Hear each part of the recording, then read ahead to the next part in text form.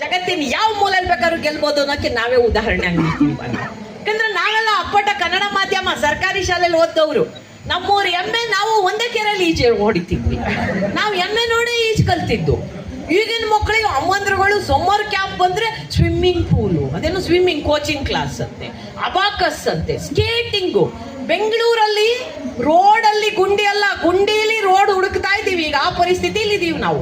ಇಲ್ಲಿ ಇವು ಸ್ಕೇಟಿಂಗ್ ಮಾಡಿ ಏನ್ ಮಾಡ್ತಾವ ನಂಗೆ ಗೊತ್ತಿಲ್ಲ.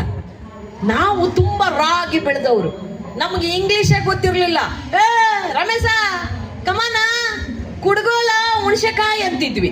ಅಂದ್ರೆ ಕುಡ್ಗಲ್ ತಗೊಬರಲ್ಲ, ಹುಣಸೆಕಾಯಿ ಕೀಳೋಣ ಅಂತ ಅರ್ಥ ಆದ್ರೂ ಅಷ್ಟೇ ಇಂಗ್ಲಿಷ್. ನಾಳೆಗೆ ಟುಮಾರೋ ಅಂದ್ರೆ ನಾಡಿದ್ದಿಗೆ ಟುಮಾರೋ ಅನ್ಕೊಂಡ್ ಬೆಳೆದವ್ರು ನಾವು. ಮೇಷ್ಟ್ರು ಗುಡ್ಡನ್ನವ್ರು, ಯಾಕಂದ್ರೆ ಅವ್ರಿಗೂ ಇಂಗ್ಲಿಷ್ ಬರ್ತಿರ್ಲಿಲ್ಲ. ಕೆಲಸ ಆಗತ್ತೆ ಅಂದ್ರೆ ಡನ್ನು, ಹಾಗೆ ಆಗತ್ತೆ ಅಂದ್ರೆ ಡಂಡಣ್ ಅಂತಿದ್ವಿ ನಾವು. ಇನ್ಸ್ಪೆಕ್ಟರ್ ಬಂದಾಗ ನನ್ಗೆ ಈಗಲೂ ನೆನಪಿದೆ, ಸ್ಟ್ಯಾಂಡ್ ಅಪ್ ಅಂದ್ರೆ ಬೆಂಚ್ ಮೇಲೆ ನಿಂತಿದ್ದೆ ನಾನು. ಬೆಂಚ್ ಮೇಲೆ ನಿಲ್ಲೋದು ಅವಮಾನ ಅಂತಲೂ ಗೊತ್ತಿಲ್ಲ ನಮ್ಗೆ. ಕುಳ್ಳಿಗಿದ್ವಲ್ಲ, ಬೆಂಚ್ ಮೇಲೆ ನಿಂತ್ರೆ ಎಲ್ಲ ಕಾಣಿಸ್ತಾರೆ ಅಂತ ತಿಳ್ಕೊಂಡಿದ್ದೆ ನಾನು.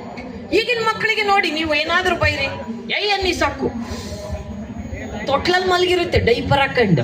ಅದು ಅಂದ್ರೆ ನನ್ನ ವೈದ್ಯ ಅಂತ ಲುಕ್ಕು. ನಮಗ್ ಗೊತ್ತಿಲ್ಲ. ಮೇಷ್ಟ್ರು ಕೆಳಗಿಳಿಸ್ಬೇಕು, ಸುಧಾ ಸ್ಟ್ಯಾಂಡು ಗ್ರೌಂಡು ಅಂದ್ರು. ಅರ್ಥ ಆದ್ರೆ ಅಷ್ಟೇ ಇಂಗ್ಲಿಷು. ಇಳ್ದೆ ಕೆಳಗೆ ಸೆಂಟೆನ್ಸ್ ಮಾತಾಡು ಅಂದ್ರು.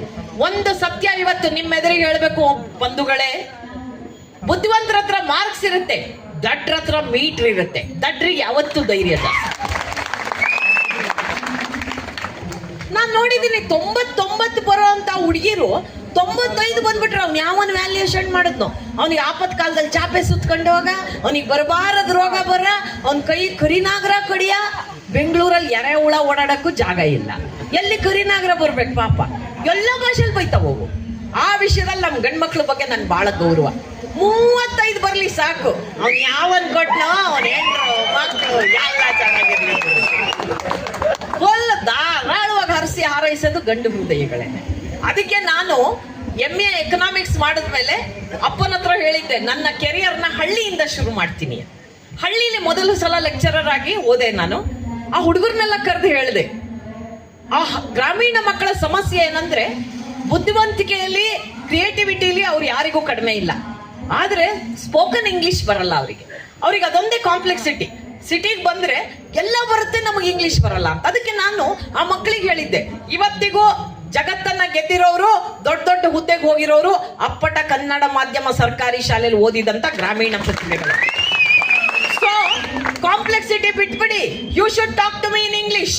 ನೀವು ನನ್ನ ಹತ್ರ ಇಂಗ್ಲಿಷ್ ಅಲ್ಲೇ ಮಾತಾಡ್ರಿ, ಯಾಕಂದ್ರೆ ನಂದು ಐಬಿತ್ತು ಹುಡುಗರು ಕಲೀಲಿ ಅಂತ ನನ್ನ ಉದ್ದೇಶ. ಆಮೇಲೆ